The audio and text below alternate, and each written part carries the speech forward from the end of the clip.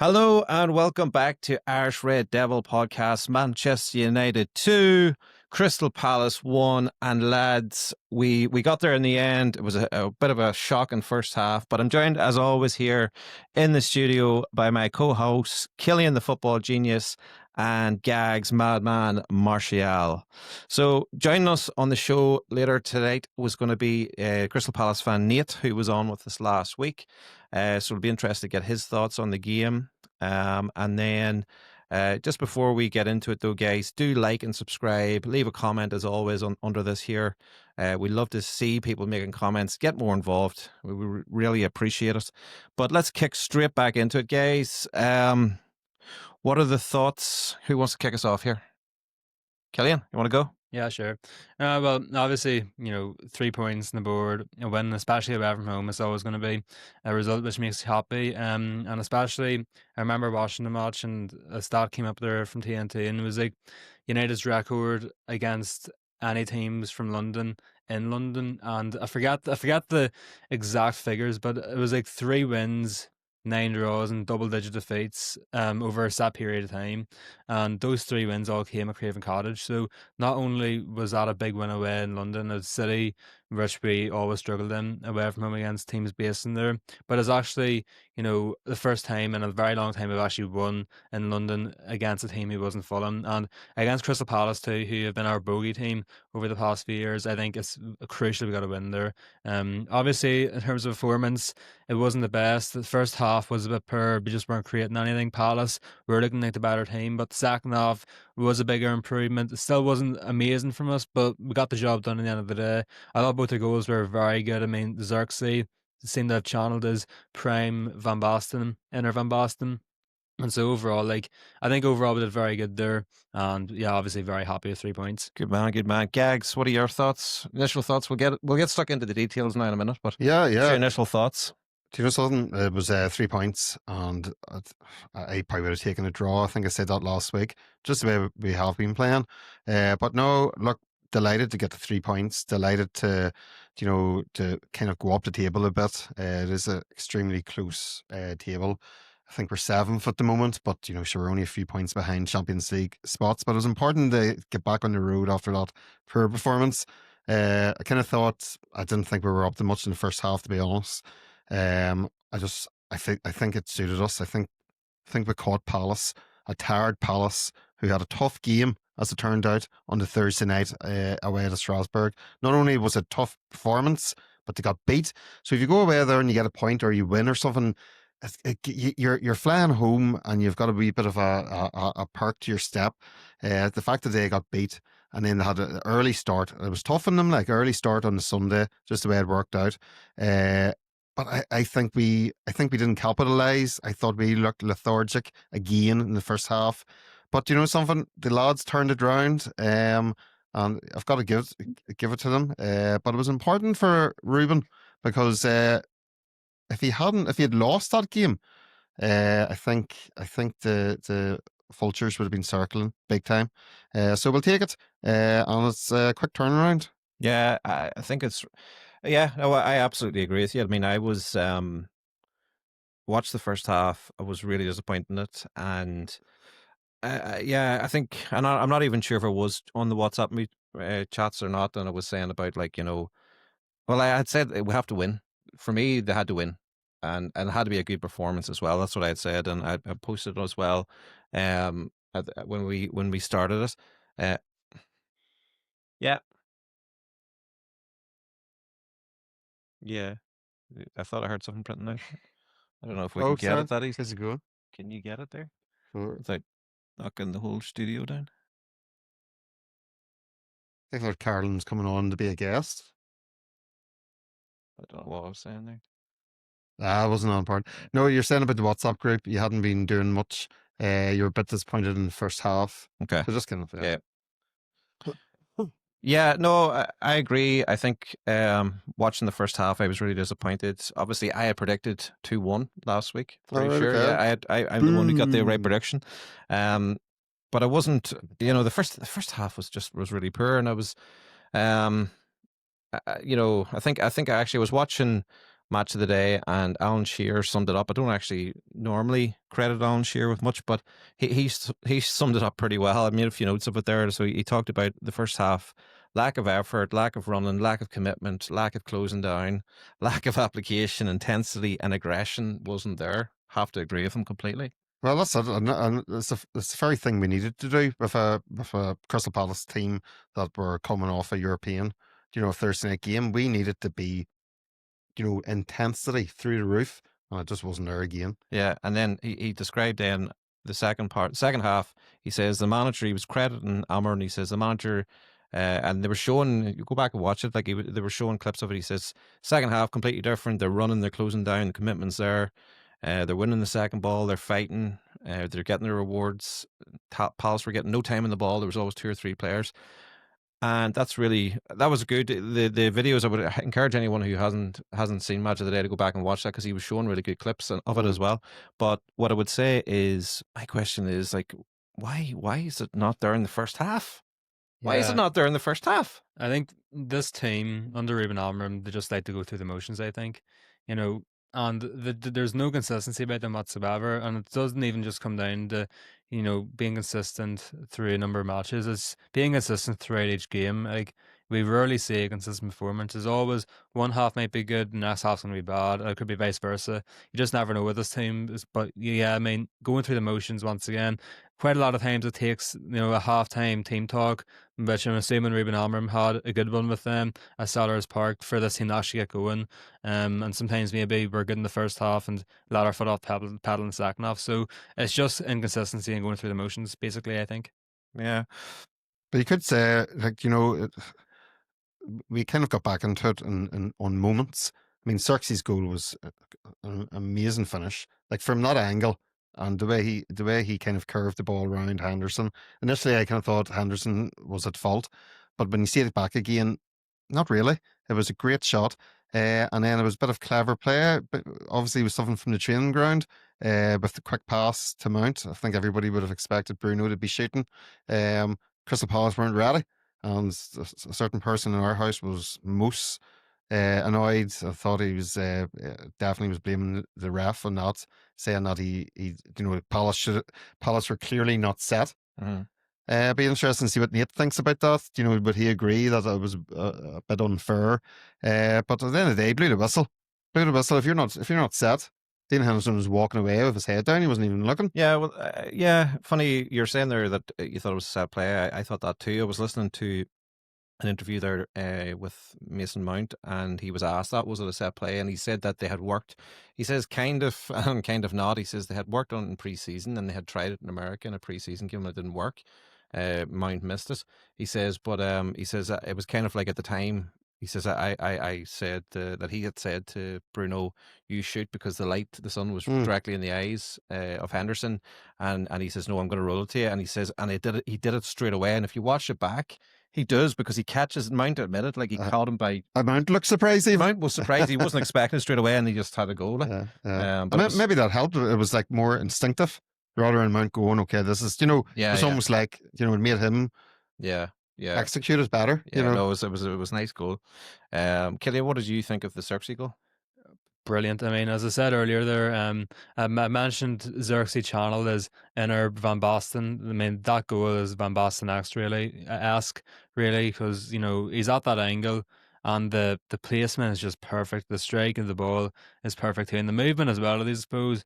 Xerxes deserves credit too. And Luke McAdoo, I suppose Xerxes deserves credit for the other goal too, because, he sort of was involved in the Palace wall there, which, made it a bit disjointed, obviously. Maybe that wasn't entirely into Xerxes, but he definitely could have played a bit of a role there. But, overall, Xerxes played good here. And as you said about his goal, thought it was an excellent finish, obviously. And if we can see more from that from Xerxes, I tell you what, it's brilliant. And not only would it be brilliant for his confidence and for us scoring goals, but it could also be brilliant for Šeško coming back from his injury, because Šeško will know if Xerxes gets into good form, which hopefully he does get into good form, he will know then that, there's a player there who is good enough to start and Shashka needs to start fighting. So here's hoping he can continue this. Here's hoping we see plenty more goals like that this season with Joshua Zirkzee. But I had the funny feeling he was going to score in this one. Brilliant to see him score too. I think he deserves a goal, a long way to go in the Premier League, fully deserved as well. And so, yeah, very happy to see him score, and hopefully he can make it a regular occurrence now. Yeah, and you could really notice after he scored the goal, like he was playing all right, I thought, but you could see he was like a half a foot taller, and his control was better.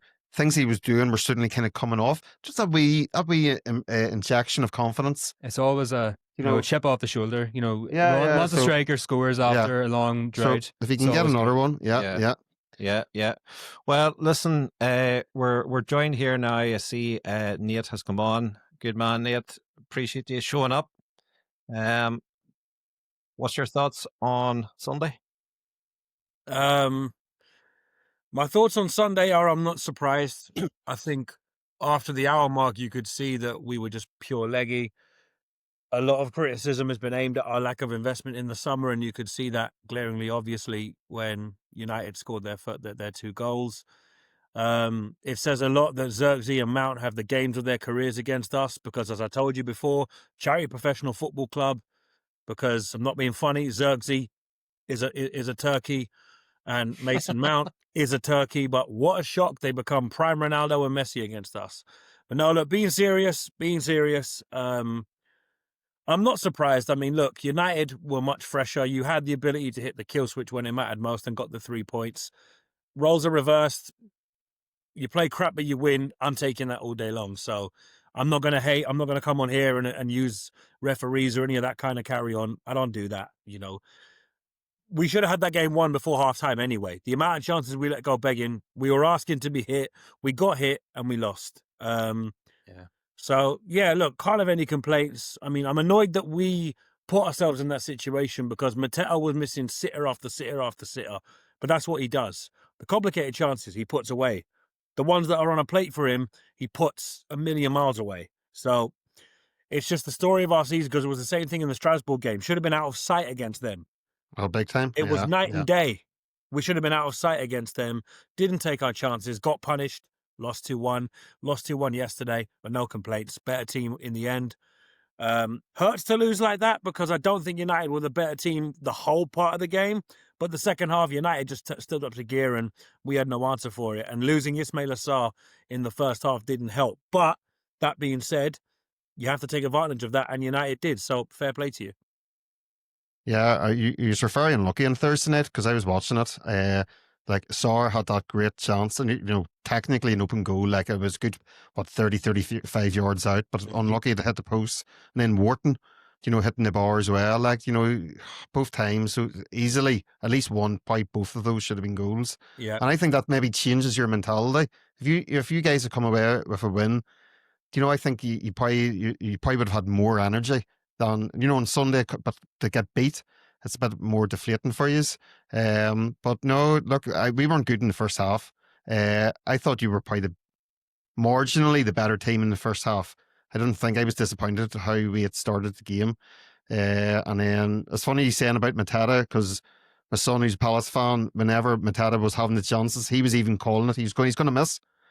And, he was putting it wide and he was like, he misses the easy chances. He misses the ones that you feel he should score. Yep. And then he scores but he's a beast of a player. But, but I think we're delighted to get 3 points. So far this season, what have your overall thoughts been on Mateta? Because from what I've seen from Mateta, the first half, he was brilliant on the ball, brilliant technically. I mean, the Litz, Euro, we were just getting spun inside out by him. But I mean, I suppose his end product just wasn't great. Yes, he scored the penalty, had to be retaken there. But overall, end product should have been better. But, I was scared going in the second half that Mateta would continue, just absolutely causing havoc against our defence. And he just disappeared in my eyes. So it seems to have been a bit of a mixed bag this season for Mateta. Yes, he's good pace, good technical ability, he can score goals, but he's missing loads of sitters. He maybe can go disappearing at times. So overall this season, how would you say Mateta has been so far?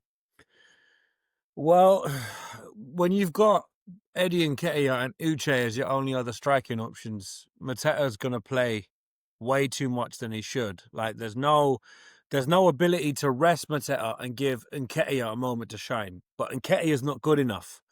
He wasn't good enough at Arsenal. He shouldn't be good enough at Crystal Palace. And I'm not trying to put us on the same pedestal as Arsenal, but what I'm saying is that if he's not good enough to play in Arsenal's reserves and Arsenal's rotation option, he shouldn't be our rotation option when Mateta realistically should have had way more depth to cover him for moments like this.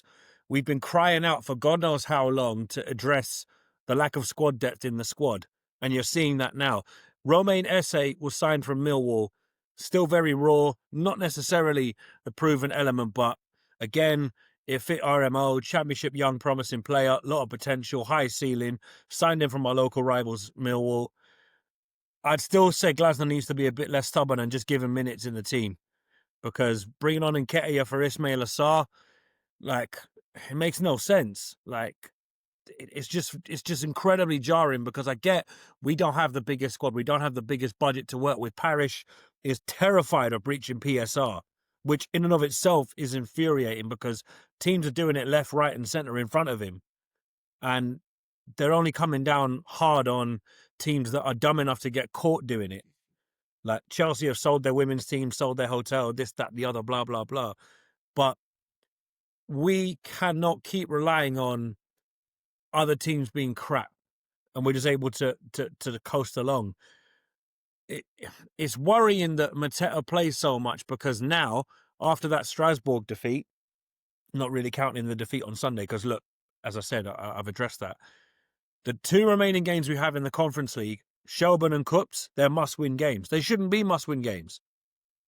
They should be games where Esse and Devaney and Uche and all these other players that have struggled for minutes are getting minutes in the team where, okay, we may not have beaten Strasbourg, but the Larnaca game in and of itself was a damning indictment of our refusal to address squad depth issues. Larnaca were absolutely dreadful. The one chance they got, they scored from because we gifted it to them. And I'm not even trying to put JD Canva on blast because he's only a youngster and he actually has been quite good since he's been at the club. But the fact that we continue to skirt along PSR and are deathly afraid of it, it's just so frustrating because he's brought in billionaires from America, one of whom is Woody Johnson, who's one of the worst owners in the NFL, but has got unbelievable amount of wealth because he's part of that Johnson & Johnson group. I'm not sat here saying we should spend umpteen billion in the bank. I'm not saying that. But the refusal to spend when Burnley and all these other teams that come up from the Championship are outspending us season in, season out. And I'm sat there thinking, fair enough, we can't spend 500 million, but can we at least spend a bit of money? Because we had to sell Elise to sign Saul. We had to sell Eze to sign Pino. That's not sustainable. All the players that we're talking about getting now in January, we should have been getting in the summer for squad depth. I wouldn't be sweating losing Ismail Assar yesterday if we had an adequate replacement there where I'm like, okay, Sar's out till AFCON, but we have this player that we brought in. He's a good rotation option. I'll take that. I'll happily lose a key player if it means that we've got adequate squad depth to cover injuries, suspensions, AFCON, this, that, etc., etc. We now have to decide, do we prioritise the Conference League or the Premier League until the FA Cup starts again? Because some of our fans want us to defend the trophy. Me personally, we've won it. We may never win it again in our history. I'm not worried. I was there to witness us win that trophy, as I said when we did the preview with you guys. But to answer your question, because I know I've kind of gone on a bit of a tangent and I apologise, Mateta shouldn't be playing as much as he is. And that in and of itself is a problem because he's going to burn out eventually. And then where are the goals coming from? Nathaniel Klein, Dean Henderson, Walter Benitez. It's going to be a problem, and Parish will only see it when it's glaringly obvious and the whole of Selhurst Park is up in arms. That's all I have to say on that. Yeah, well, funny, I saw they were talking, I think it was someone on YouTube I was looking at, kind of reviewing the match, and they were talking about the substitutions, and they were showing the ins and outs that Palace had in the summertime, and I think they made a profit on their transfers and things, but they were basically talking about how, I mean, it was very obvious to everyone watching that Palace were tired by the second half. I mean, that's exactly, and to be honest, from a Man United point of view, that's a concern for me because I'm like, before you came on yet, we were talking about why why was there no pressing? Why was there no intensity from United in the first half? It only happened in the second half. And it was like when they sensed a wounded beast, Arran said in his post-match, that he saw that the Palace players were getting tired, and he sent them out to work hard. Why are they not fucking working hard right from the very start of the match? Is what I don't know, and we were talking about before you came on. But yeah, I mean, I think what do you call the guy with the Mateta? Is that the yeah? Yeah, I did actually like his. I liked his intensity in the first half. And also the fact that he showed a bit of passion even at half time. I like to see that. I like to see players that look like they're enjoying what they're doing, and he was psyched up, but I think he was maybe done by that stage. What do you call it? He won the penalty as well, so he had a big first half. Wasn't the penalty? No, I still don't think it was. It was penalty. No, he does. No, definitely was a penalty. Not for me. Euro, he catches him. It depends what angle you're looking at, but there is an angle where you can see he clips him like it's a penalty. I'll be honest, from our point of view, it's soft. If that's given against us, I'm absolutely raging. So I'm taking it. Don't get me wrong, I'm taking it, but I'm going to try and see both sides of the coin here, where it's a penalty by the letter of the law, but it's majorly soft. Like, there's minimal contact for Mateta to flounder to the ground like he did. I'm happy he did. Don't get me wrong, but I'm still sat there thinking, if that's given against us, I'm absolutely going bananas. I'm going mad thinking that's never a penalty. So we got away with one, but in the end... The issue I have is the fact, and I know it's a new rule, but the fact that the team are allowed to retake a penalty, if there's a double hit. Because, like, then at the end of the day, if you take a foul throw, you don't get another chance. So I think it's only a couple of years or two ago that they changed it. So I couldn't understand it when it was happening. I was all happy because I was like, but you thought that was it. I thought that was it. Yeah. It was like he's taking another one. But but to be fair, he stood up and he slotted it into the other corner, like so. Yeah. But no, it was big 3 points for us. But I would say your two big games are the Conference League now. You wanted, obviously you have two. I think your next 3 games are all away. It's Burnley, Fulham, and then the Shelburne game in the Conference League. Yes. Burnley on Wednesday, Fulham on Sunday, and then Shelburne on the Thursday. Well, you'll beat Shelburne. Well, where is Shelburne? Is that at home or away? It's at Tallaght. That's one we're going. Are you going to it? Yeah, I am going to it. Yeah, I'm going as well. I'm headed down with my son. Yeah, we're going to it. No, it should be good. Like they'll beat Shelburne, and so maybe if you can, Fulham will be tough enough. And Burnley, look, there's no easy games in the Premier League, but you'd like to think that maybe you might pick up 3 points somewhere there. I mean, look, to be honest, I just don't want to pick up any more injuries before January because we're already going to lose Sarr to AFCON. That's fair enough. AFCON's one of the most awkward tournaments to play around because you sign African players, you're guaranteed to lose them for the tournament. And I would never stop a player going on international duty. It's an honour for them to play for their country.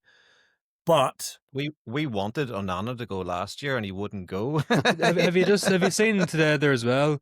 He's been left out of the Cameroon squad. Oh, typical. 4 goalkeepers and he's not one of them. Sorry, go ahead. No, it's okay. I mean, I understand. I mean, we had it a few years ago with Zaha going off with Ivory Coast. It was just like, Wilf, really? But then again, we were saying, look, shoes on the other foot, and you get the chance to play for your country, you're going to go. Doesn't matter what goes on at your club. But, look, I mean, naturally, you'd look at a Burnley away and think that should be 3 points. Burnley aren't exactly amazing, but as you said, there's no easy games in the Premier League. And honestly, after losing back-to-back games, I'm taking a draw at Burnley. Now, if I had to pick a draw between Burnley and Fulham, I'd prefer to draw with Fulham. But with the way some Fulham fans have been going on ever since we beat them in the quarterfinal of the FA Cup, because they're still salty that they're a bigger club than us or some other rubbish. It's like, don't know about that, mate. Don't know about that. We're not a big club by any means, but Fulham trying to say that they're bigger than us is a bit of a weird one. It's like, you won the Intertoto Cup, but that's not a major trophy. It's just not. How many years ago was that? 25. They won it 25 years. Yeah, no, but exactly. So when you're seeing that, you fluked the FA Cup. Shameless. Don't care. best day of my life ever to see us win the FA Cup. Yes, we had a And at massive slice of luck, but let's keep it 100. If somebody offers you beat City 1-0 in the final with a contentious handball, you're taking it all day long. Do you know what I'm saying? Plus, Yeah, absolutely. at least the FA Cup still exists. Enter Toto. Yeah. Do you know what I mean? That's one consigned to the history books. Yeah, well, it got merged with the old UEFA Cup back in the day before it Yeah. became the Europa League. So Yeah, I think if I was a Crystal Palace fan, I'd be saying to do what we did this year and just give up on the Carling Cup and give yourself less Yeah. games. I wanted to, believe me, because the minute we got Arsenal again, second year running, I went, really? Again? Arsenal? And is it in at the Emirates? Is it? It's at the Yeah. Emirates again. Yeah. Yeah. But then Arteta will not play, he'll play his sort of B team. But that B team's capable of finishing top 4 in the Premier League. I still think Palace beat them. No, we won't. It's the arrogance of Arteta. We won't, because we barely scraped a 1-0 defeat there in the league because Eze decided to turn it on against us. Cheers, Ebbs. Nice one.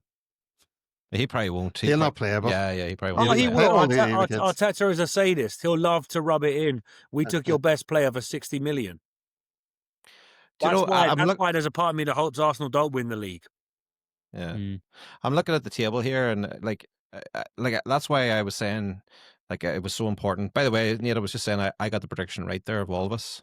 I don't think that's the first time I've got it right since we started this podcast either. But anyway, we're on 21 points. Crystal Palace on 20th. I'm wondering, is that now starting to see a bit of a split? I know it's only a point to Brentford, but I'm looking at the teams below that, and I kind of think that the league could now start to be interested to see what it's like now come the I'm interested to see the Spurs, especially in Newcastle. Spurs are doing dreadful, like really, really dreadful. Yeah, But, bad run. Yeah. So. Okay, right. Well, listen, we'll wrap it up there then, if that's all right. Listen, I really appreciate you coming on, and last week and this week. And are you in the away fans when you go to Shelburne, or are you in the home fans? No, we're in the home end. There's a good few of our lot in the home end, so there's no colours to be worn and all that jazz. So, Are you in the home end? Yeah, we're home end too. Yeah. Yeah. No, I'm looking forward to it. It should be good. It'd be good to Good atmosphere. Small enough stadium. What is it? 9,000-10,000. Solid, I think this one. Yeah. 10,000. Yeah. So And the Liga Ireland fans are good fans too. So yeah. No, it'll be Thankfully good. for me, it's literally just down the tram tracks from me, so I don't have far to go to Tala. Happy days. When is that match? It's Thursday week, Thursday the 11th. 11th. Yeah. Very good. Very good. I said Palace will they'll bring their full away allocation. although anyway. there's currently disputes between different fan groups, Homies of Fanatics and some other fan group. They were fighting in Strasbourg, I heard too. I'm not sure if they're 100% true or if it's just all fake. No, it is true, but the problem with that is that there's allegations that it's a more extreme right-wing faction of Palace fans, which it's kind of hard to prove because realistically, I think they were part of the HFs a few years ago, and there was a split because. So, without trying to go too much into detail, basically the Homesdale Fanatics started 20 years ago this year, so they celebrated their 20th anniversary at the start of the season. So that's why there was a big tifo for the Joe Ward lifting the FA Cup, because the Homesdale Fanatics were getting sick of teams like Scunthorpe coming to Selhurst Park and out singing us.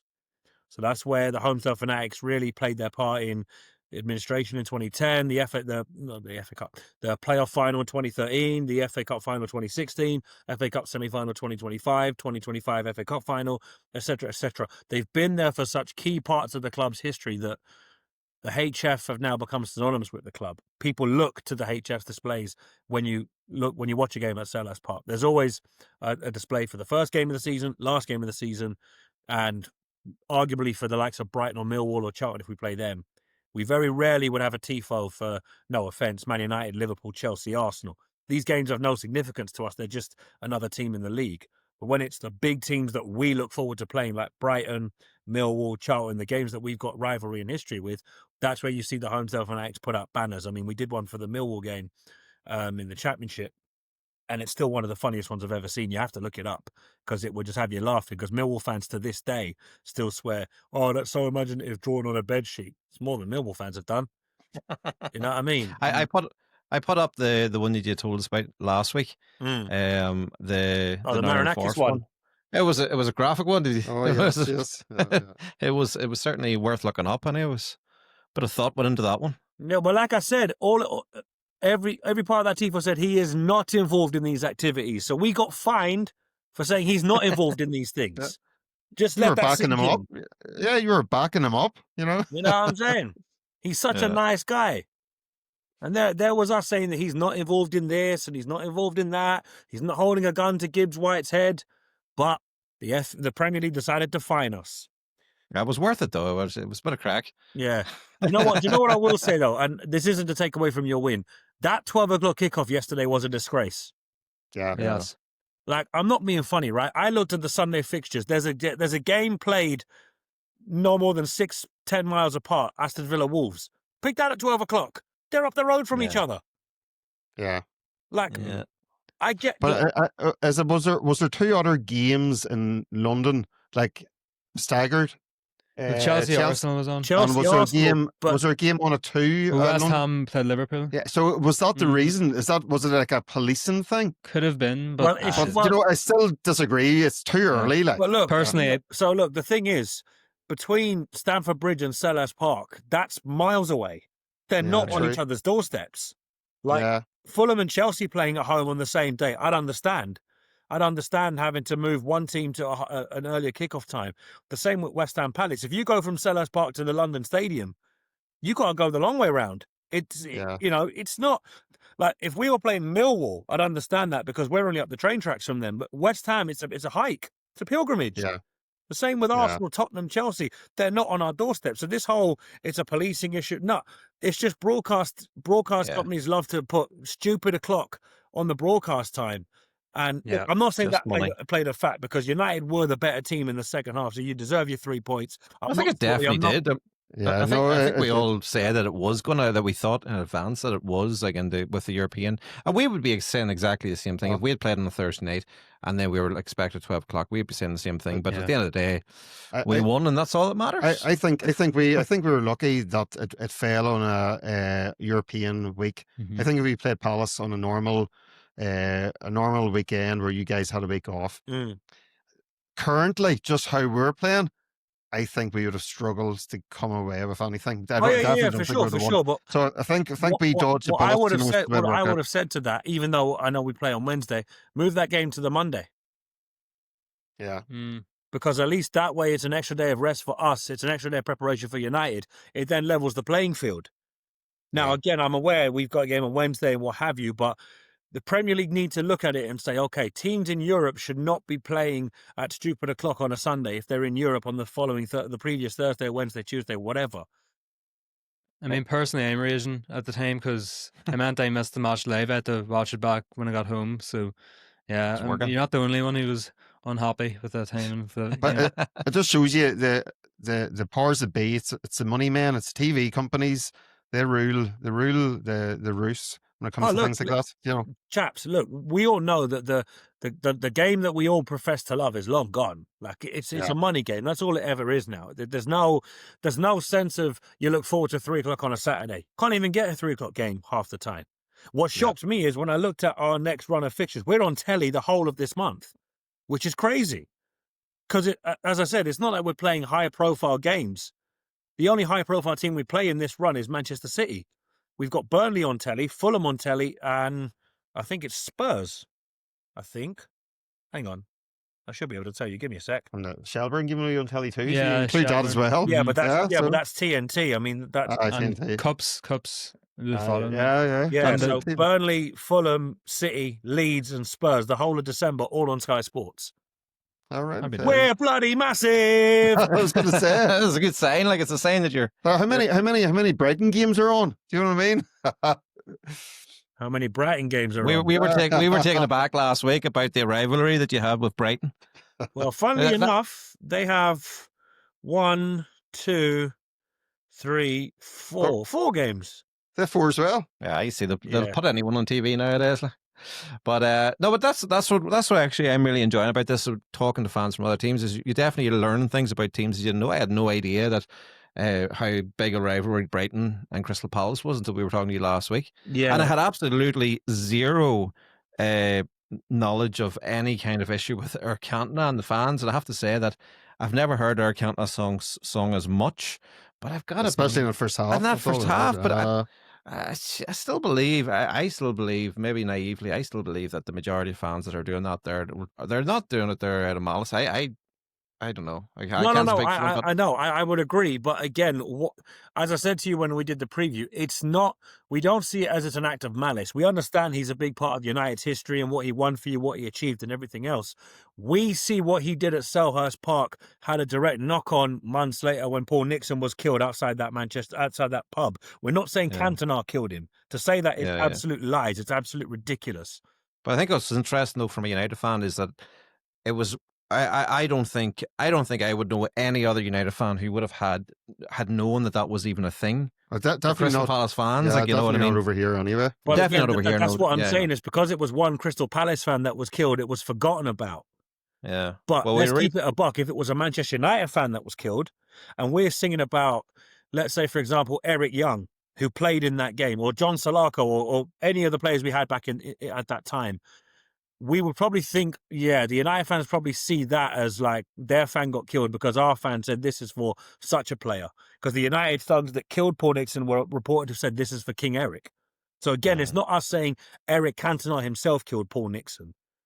It's just what happened after that infamous Kung Fu kick where that guy Matthew Simon got exactly what he deserved, because you don't abuse someone like that and there's no justice for it. I don't blame Cantona for kicking that piece of crap, because we don't want people like that in any football ground, let alone nowadays where there's cameras everywhere, and they were fortunate to catch it where it was. But again, to the Crystal Palace side of things, Cantona's kick has a different connotation after the fact. Not the actual kick, not the man himself. It's the consequences of that kick and what happened before that FA Cup semi-final later that same season. But this isn't me saying, don't sing that song. Don't praise the man who won you trophies and was a huge part of your history under Alex Ferguson. By all means, celebrate someone who won you FA Cups, league titles, came from Leeds United and stiffed them up and the whole lot. By all means, celebrate someone who completely changed the trajectory of your football club. But try not to do it at Selhurst Park, because it could bring out songs from Munich, and we don't want to be doing that. We're not a fan base that likes to death mock, because it's always in bad taste when you do that. Like, let's be clear, 7 great young talented footballers died in that Munich air crash. You know, so many people lost their lives at Heysel, at Hillsborough. You don't want to be singing about the dead like that. You just want to say, look, it's a shame that those players never got to have the careers they could have, but they're remembered forevermore by your fans every year on the 6th of February.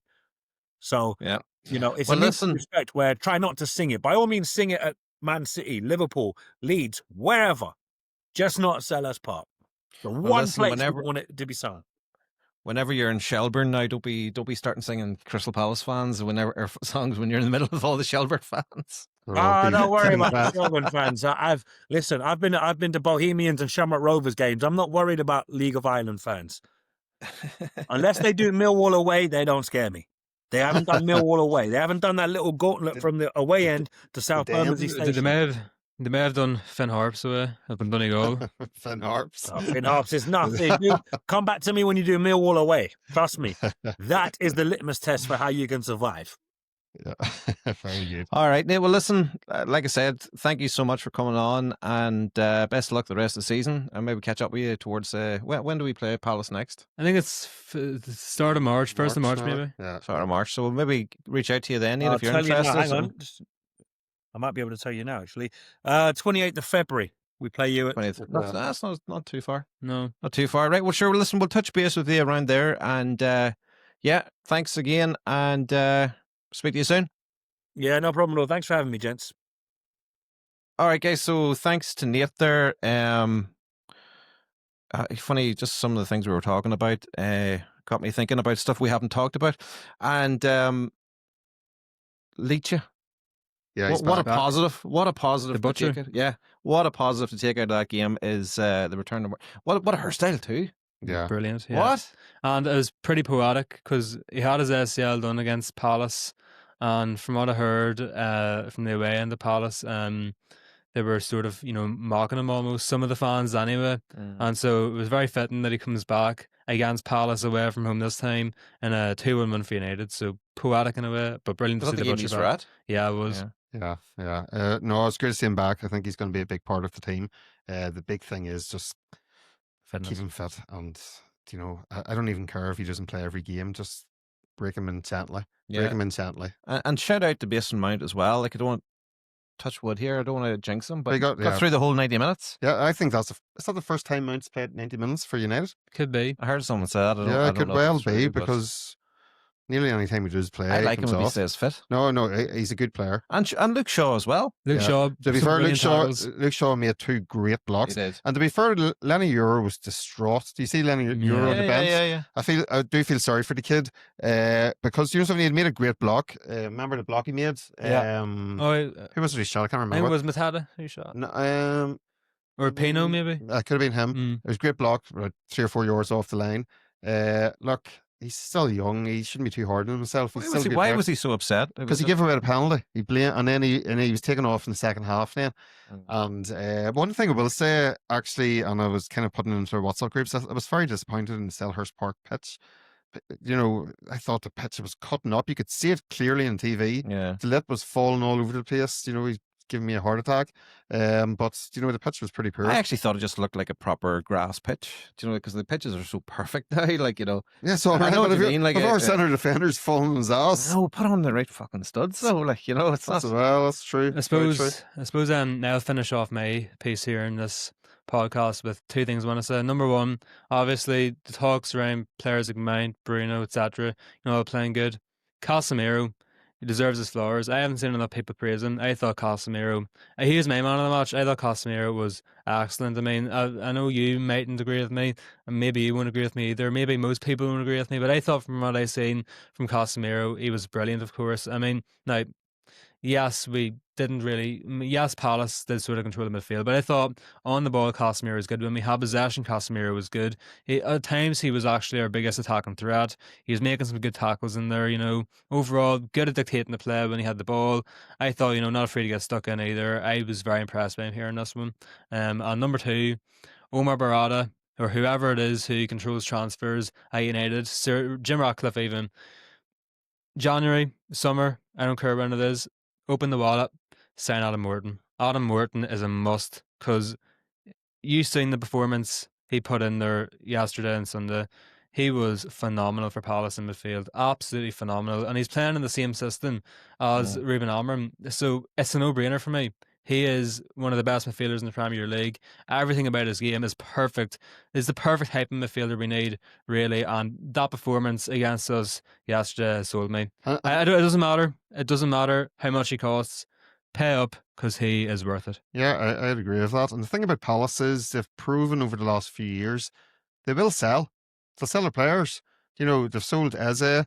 They've sold Elise. About to sell They're going to sell Gehi. They're selling club, but that's because they're backing themselves. They're developing the talent. They're probably looking 2-3 steps ahead, knowing who's maybe going to go. So if you put the right offer in, I don't think you'll get him in January. That's the thing. No chance. Summer, whenever, but he's a must sign. He's a must sign, and he has to be top priority signing, in my opinion. He's a good player now. He is a good player. So yeah, I would take him. And what did you think of?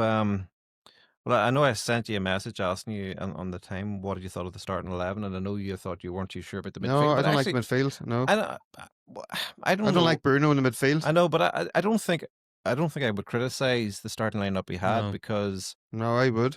They got the job done. No, exactly. No, but no. I got you where you're coming from. No, we were lucky. We played against a tired Crystal Palace team who still bossed the midfield. We were lucky. Bruno can't be in midfield. I get where you're coming from, but I mean, you're telling me for the match you want to see Garda in midfield? Yeah. I don't know. I'd rather have Ugarte. I'm not saying Bruno's not playing.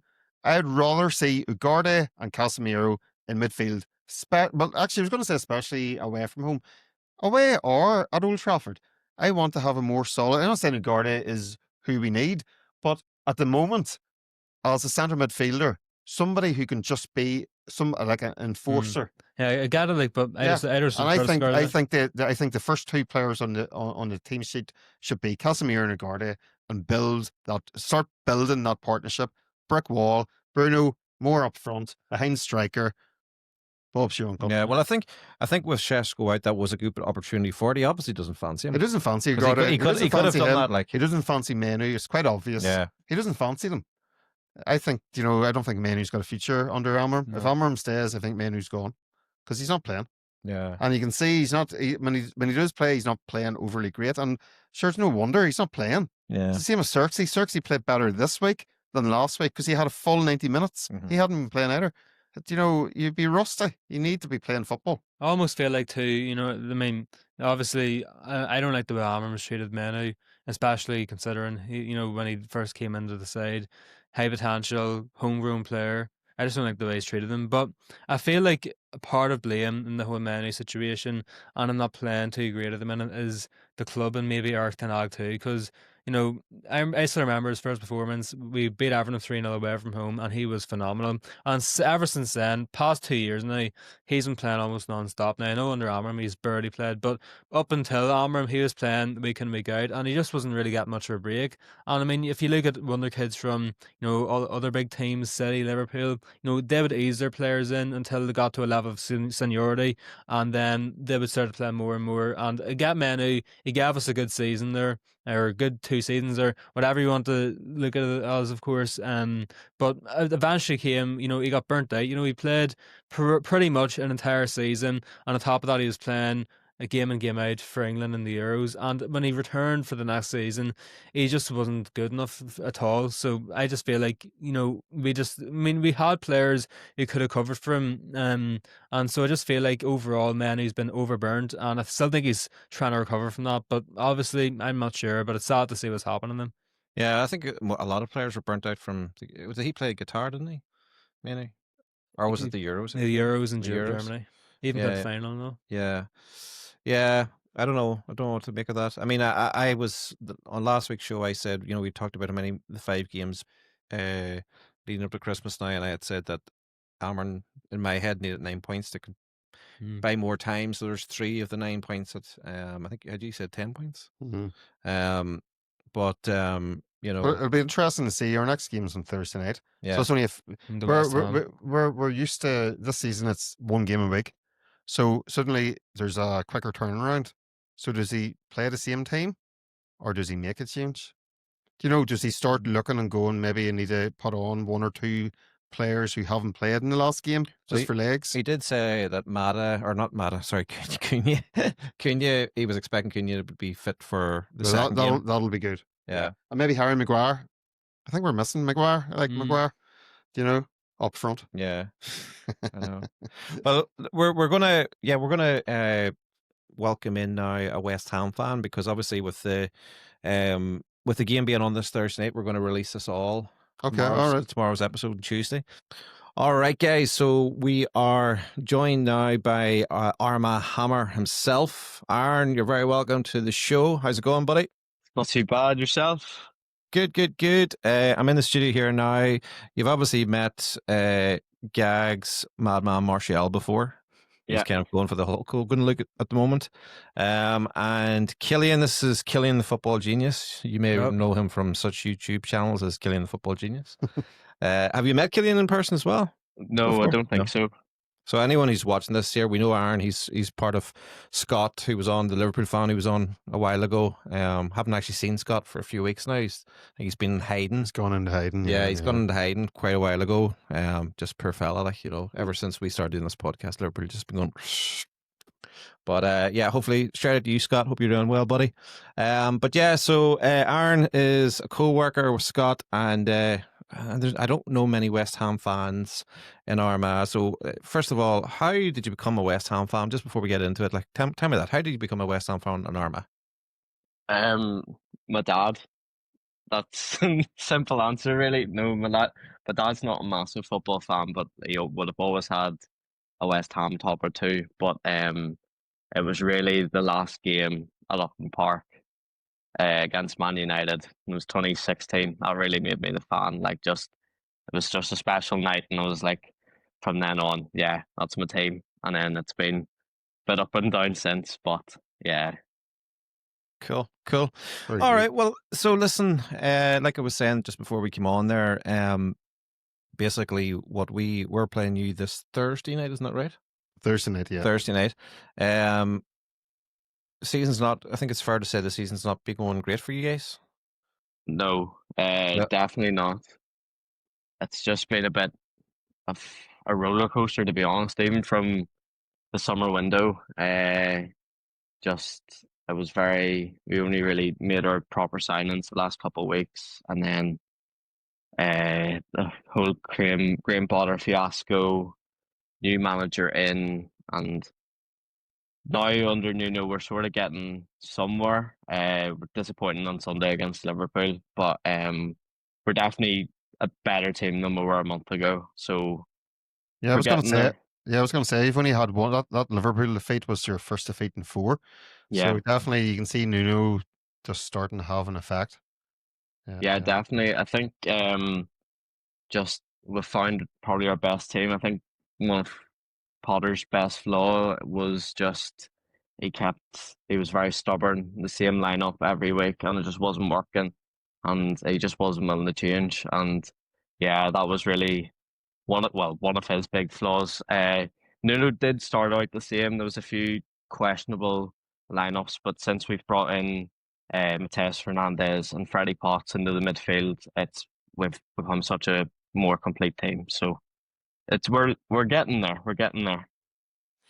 Where's is it? Is it home Old or away? Trafford. It's Old Trafford. Uh, Okay, so listen, having not seen West Ham all season, what do I tell me a wee bit about them as a United fan? How can they cause United difficulty, or what who do United have to watch out for? What players would they? Well, obviously Jared Bowen's a fantastic footballer. Hasn't been amazing this season, in all honesty, but like on his day, he's one of the best wingers in the league. I really like El Hadj Malik Diouf, the new left back we've brought in from Slavia Prague. I think he is an exceptional young player, only 20 or 21 years old. Some of the best crossing ability I've ever seen from a West Ham player. So watch out for him whipping balls into the box. And yeah, Areola has been on great form since he's been called back into the side. So yeah, just there's a few. Obviously, missing Lucas Paqueta after one of the strangest red cards I've ever seen on Sunday. yeah, I was going to say, what was your thoughts on that, on losing him? I didn't see the incident, but it basically got a yellow card for dissent, kept on going on to the ref, and got a red card. Is that right? Yeah, it was so random. But even Allison was holding him back at one point, trying for him not to get sent off. He just kept going and going, and then got sent off. And then it was the cryptic message he posted on Instagram after about basically saying he's been going through so much for 2 years and all that sort of thing. So it's all just crashed in a way. It was near the end of the game too, wasn't it? Yeah, and yeah. we were still in the game. It was only 1-0 at that stage. Like we were definitely still in the game, but I think he's definitely, if he's not going in January, he'll be gone this summer, and just stuff like that. It's just no team would want to see one of their players reacting that way. So just a difficult situation. Of course, Paqueta in the past had the betting scandals and things. That's the first thing I thought of, was like, okay, has Yeah. he or somebody he knows got money on him getting a Getting red sent card? off. The guy has form, but Maybe Allison had money on him not getting sent. so, what are you doing? But no, I'm delighted. He lost, his head was gone, and he's out of our game. Any advantage we can get, it's going to help us. And Yeah. what type of formation has Nuno got you playing? So usually just the 4-3-3. He's been experimenting a bit of 3 at the back, but usually the 4-3-3. So team will probably be Areola and then Juve, Wan-Bissaka, which will be interesting to see how he gets on. And then hopefully Potts and Fernandez will probably mean Souček will get back in, and he's always good for a goal. And then yeah, Luis Guilherme, with a young Brazilian, Luis Guilherme, who was looked very sharp when he came on Sunday. So I'd like to see him get a start. Like, he has got nowhere near enough game time as I would have liked. I would have liked to have seen him maybe went on loan this year if we weren't going to use him. But now he's sort of getting more minutes, and it's good to see because we did spend a decent bit of money on him. So it's good to see him actually getting a few minutes now. Obviously, West Ham, they've had their striker issues, and Nicholas Füllkrug, as of recent, he hasn't been great, not a great addition whatsoever for West Ham. It seemed reactionary, his signing after the Euros almost, but I suppose Callum Wilson's came in now, and obviously, I'm not sure what sort of role he thought he played at the start of the season when he did join, but he's came into the team and he's scoring goals. Like, I've seen his 2 goals against Bournemouth, and they were both fantastic. Like, so, do you think he'll be a big threat here, and do you think he could be maybe the man who could get West Ham something from this one at Old Trafford? Yeah, definitely. He's came in, like, Fulkrug just has not been able to stay healthy the whole time he's been here, and it's a real shame because I was really looking forward to him coming through. But yeah, like, Wilson's been decent. Obviously he's had his injury problems in the past, so if he can stay healthy, he's good for a few goals. So yeah, it's the best option we have at the moment. Hopefully in January we can spend a bit of money on a proper striker again. But yeah, for now I think Wilson is the best option we have. I still remember back when you signed Wilson. Does he have a certain thing in his contract where it's every time he plays, he gets like a big bonus? And so originally he mightn't have played too much, but now he's ended up starting every game. I'm not quite sure, to be honest. Still, how we look after the podcast, I'm not sure. Yeah, I think there was Yeah. something. There was something in the media about anytime. Was it? If he comes on at all, he's on a base salary, so he's on a basic enough wage. It's still brilliant. Like, it's probably like 25 grand a week or something. But then if he plays at all, he gets another. I can't remember. Could be another 25 or something. Or yeah, because I remember thinking, geez, they're not. He made him play that much, but he's a good player, like, and he's starting to score for you. I'm just looking here at. You've had a good November, actually. So 2 wins, a draw, and a loss. That's the Nuno effect. And they're scoring. You've been scoring goals as well. Yeah. We were brilliant against Newcastle. Newcastle have been struggling this year in the league, obviously, but I still thought we were brilliant against Newcastle. And then Bournemouth, 2-0 up. We were very lucky not to lose it. Areola probably played the best game he's ever played for West Ham.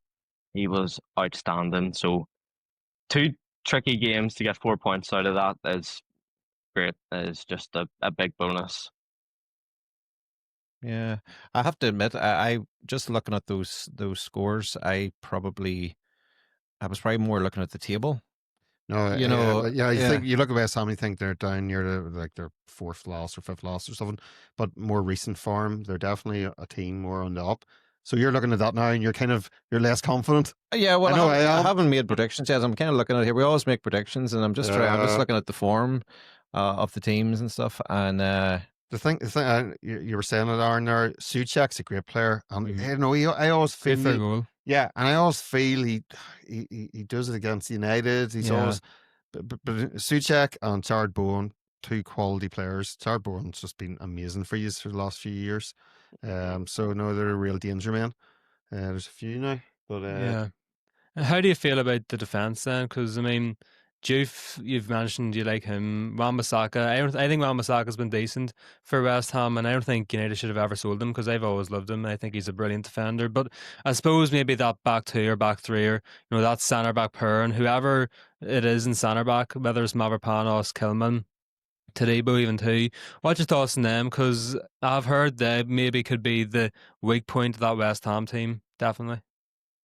Yeah, definitely, Killian.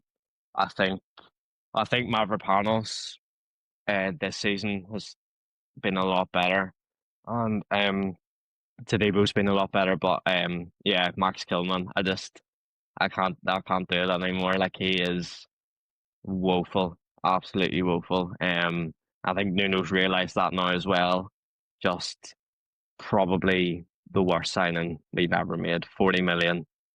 Wasn't a big fan of it when we made it. Obviously, that was still with Lopetegui, and Kilman was his captain at Wolves, so it made sense.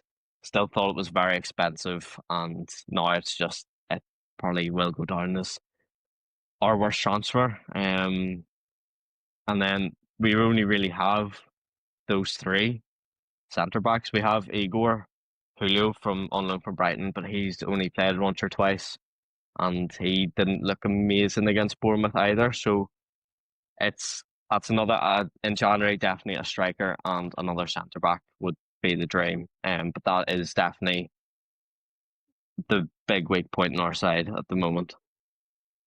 Any Irish players in the West Ham setup? Um, He's from Northern Ireland, I think. Is there it? Northern yeah, Ireland or Irish? with Callum Marshall, who's Yeah. came on a couple of times this season. He was a good wee player. We do have quite a good wee network of Irish players and Northern Irish players. Patrick Kelly, who's now at Barnsley, he is from Coleraine. He's a great wee player. He just made his senior international debut last week against Luxembourg, or a couple of weeks ago against Luxembourg.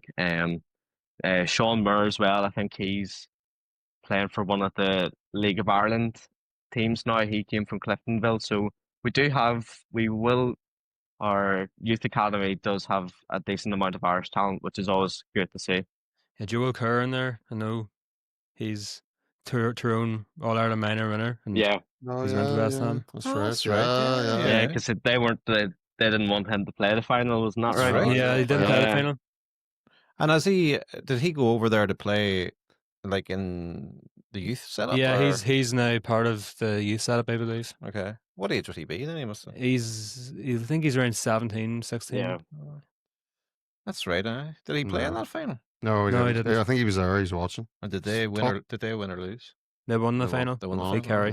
right, yeah.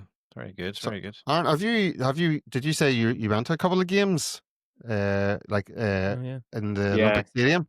Yeah, Or- so I'm just interested to know Mm. what your thoughts on the stadium are. And toxic enough Yeah. this season, especially, it seems. yeah, Yeah. so this was a couple of years ago when we were still half decent. It was obviously I haven't really been to any other grounds, so I know a lot of people criticize it, not saying it's not a football ground. I had a great time. It's a big stadium. It can get a bit quiet, I would say. Only like when we do create chances that they get loud. The couple games I went to were very VAR heavy as well, which definitely does take atmosphere out of the games. But from what I've heard, it's definitely no Upton Park. But if you can get twice Yeah. as many people in the stadium, then it makes sense for financially. So Yeah, I suppose whenever West Ham moved there, I mean, the story that was sold to fans was that, well, if we have twice the amount of fans in, we can be more successful, we can spend more money. And they're only paying a rental. It's like what is it, Yeah. $1 million a year? Or something? Yeah. Yeah. Crazy. I you know, so- wonder, I suppose they have, in fairness, they have won a European Cup since. Yeah, yeah, like, fair you know what I play. mean? David Moyes. Yeah. yeah. yeah. But, And then they sacked him. and then they Yeah. sacked him. I know. But were you thinking he should go at that stage? I can't remember actually. I was, if we can get an upgrade, then I didn't see why not. And Julian Lopetegui was definitely not an upgrade, so I wasn't happy. But because like we were linked with some big names, like I remember Allegri was linked, and names, big Ruben names. Amorim So even too. yeah, Oh, Ruben yeah. Amorim. Like, Yeah, West so Ham turned them down, did they? I think so. Yeah. he definitely strange. interviewed. Yeah, he Mhm. definitely interviewed him. But yeah, no, definitely knowing what I know now, we should have kept Moyes. He'll go down as one of the best managers the club's had. Because he saved us from relegation that season, and then the next season we finished 6th. Big thanks to Jesse Lingard as well that season. Jailing. What was the thing? Killings, What was yeah, that? yeah. Never fall in love with a lone player. That's what they say. Yeah, yeah. Yeah. He made a big mistake. He should have gone to West Ham. Yeah. Do you know, Oh, he hung about, 100%. didn't he stay with us for Yeah. an hour, like And went to 6 months? Forest then. And then, do you know what I mean? Like, you could see he was doing well. You could see the West Ham fans loved him. Jeez, just make the move, man. Do you know, he's just too full of himself, He's kind of wound up thinking in- he was destined for He greatness. wound up in South Korea now. He's only like 30 years old too, so No. Mhm. It's another kind of him and Sancho was kind of in that kind of bracket. Oh, completely. You know. although at least They're Lingard brothers. did good in his loan spell, Sancho's doing nothing. Yeah, that's true. I know. But I would say about your stadium, you know, the thing about being quiet, that's something that happens like Old Trafford's the same, and you can hear it at Anfield. Anfield, the supposed like atmosphere, it's a complete library, especially more recent times. But it's just that, you know, you look at the European stadiums, and those fans know how to create an atmosphere. Something weird about how the grounds in England and all. Even in Ireland too. You know, you see a big difference in atmosphere. Scotland as well. Yeah. You know? We went to Dundalk game. It was unbelievable. Yeah. Unbelievable Pyros for the atmosphere. match. Yeah.